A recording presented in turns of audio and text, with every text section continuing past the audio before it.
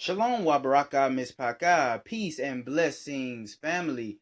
Now, the words of Yah or Elohim has been translated and mistranslated many times. But what I'm going to show you guys now is one of the most organic translations of the Ten Commandments you can possibly get your hands and eyes on.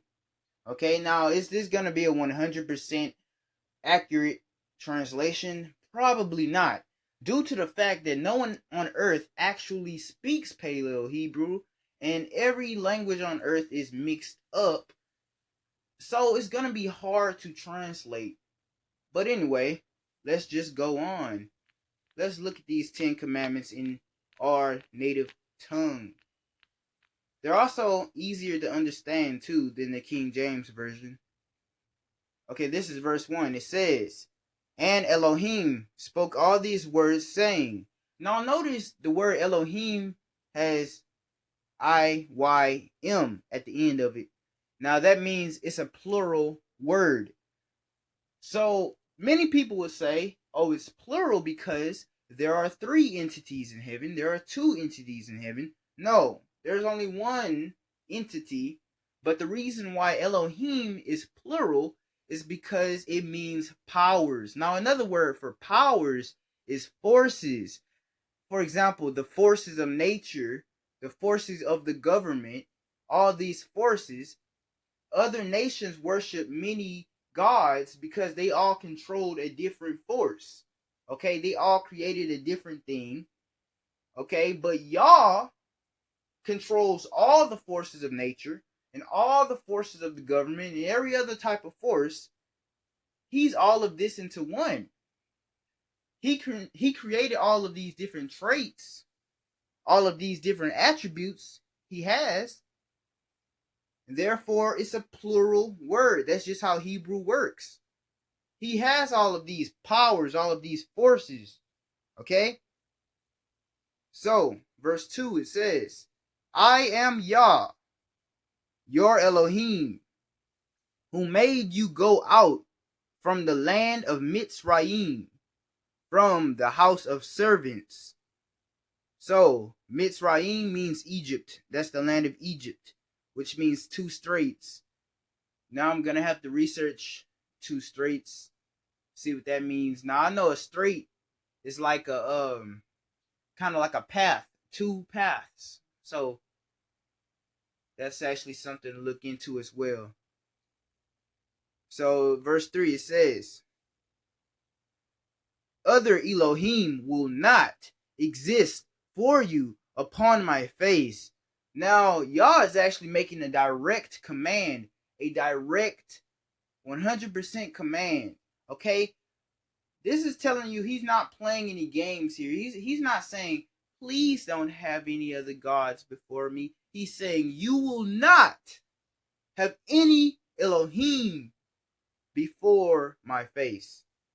This is what he's saying. Other Elohim will not exist for you upon my face.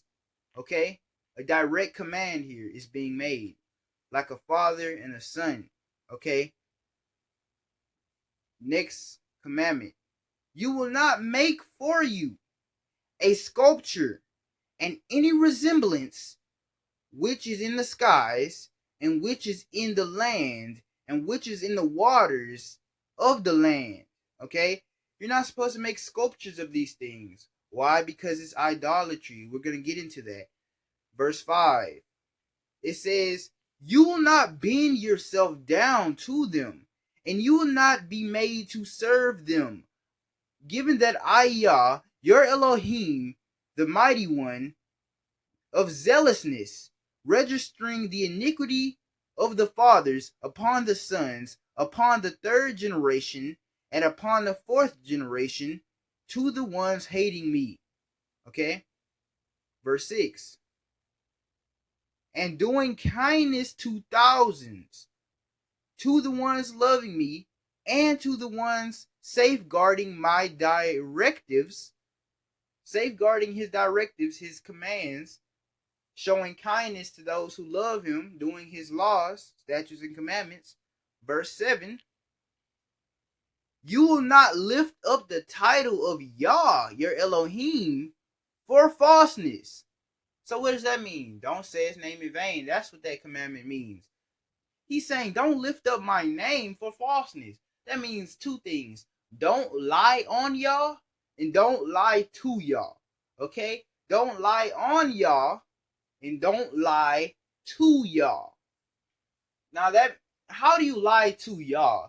Basically by making an oath, a vow, or a promise and lying about it and completely breaking it. Now, I have to be 100% honest. I am 100% guilty of this. This is one of those sins that I don't know, I just keep breaking. I make vows sometimes, I say I'm gonna fast. I tell you I'm gonna fast, and then I end up eating because I don't know, for whatever reason. We gotta work on certain things, It's better to not make vows like that. If you know it's hard for you to keep, don't make it. Don't raise up the title to your Elohim. Because one thing is, Yah hates a liar. He says it's an abomination.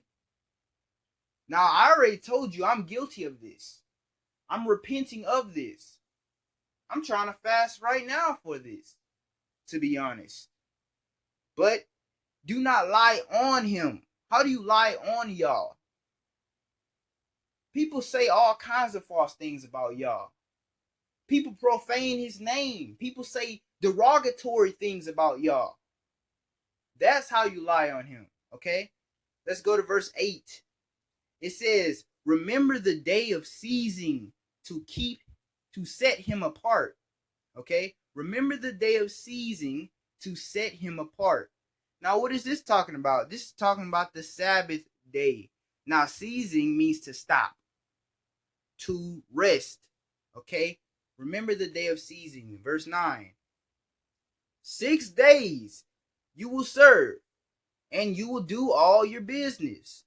Okay? Verse 10. And the 7th day is a seizing, which means to stop, to Yah, your Elohim. You will not do any business. You and your son and your daughter, your servant, your bondwoman, your beast, and your stranger, which is in your gates. So you will not do any of your business. That means don't do your own personal business. Do what Yah tells you to do, and that is to cease from your business and rest. Okay? Verse 11, it says, given that 6 days Yah made the skies and the land, the sea and all that is which in them, and he rested in the 7th day. Yah respected the day of seizing, and he set him apart. Now, Yah made the earth and the heavens and everything within 6 days. And on the 7th day, he rested. He stopped from his work. And now, the Hebrew word for rest or to stop is Shabbat. And that's where you get the word Sabbath from. Okay? So the word seizing is just another translation of the word Shabbat. Just like the day of rest. Verse 12. Honor your father and your mother, so that your days will be made long upon the ground which Yah, your Elohim, is giving to you. Okay? So he's telling us to honor our mother and father because our parents tell us things that we need to know in order to actually live upon this earth. Because they have more experience than us, they can tell us things that we actually need to know to live, to survive. We're new to earth. They're old to earth. They have more knowledge of these things.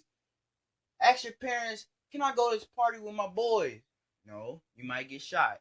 Disrespect his parents, went to the party, got shot. I mean, that's actually a true story.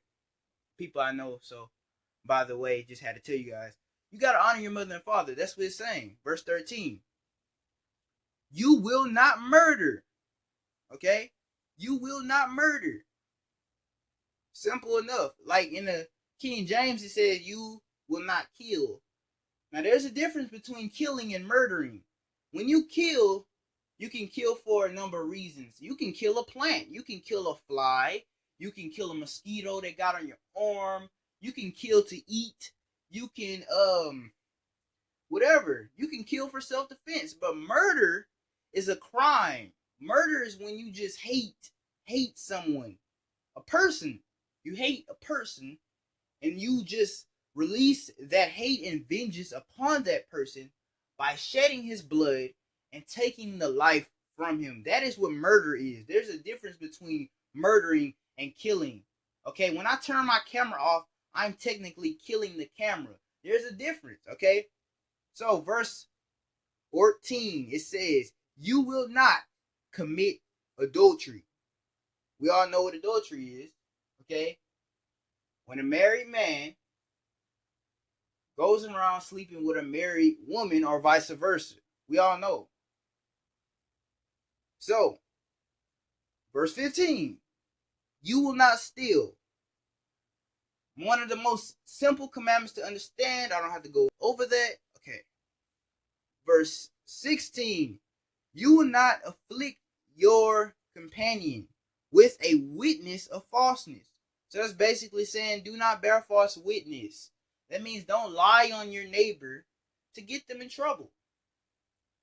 Just telling on someone, knowing they didn't do it, but you telling them that they did do it, just that so that person can get in trouble.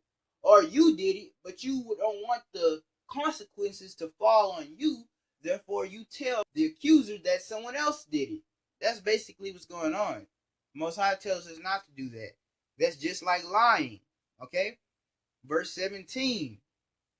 It says, you will not crave the house of your companion.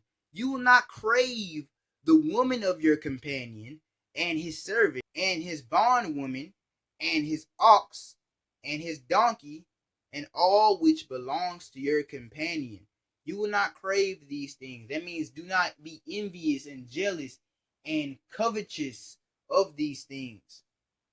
So you will not have any envious feelings toward, your neighbor. All this hate going on just because of jealousy. Now, a lot of the things in this world, a lot of the problems, like real problems, go on just because of jealousy. A lot of people get killed because of covetousness, dealing with women, dealing with money, cars, all of this. This is why it may be the last commandment, one of the most overlooked commandments besides the Sabbath day. Sabbath day is the most overlooked commandment in the 10 commandments.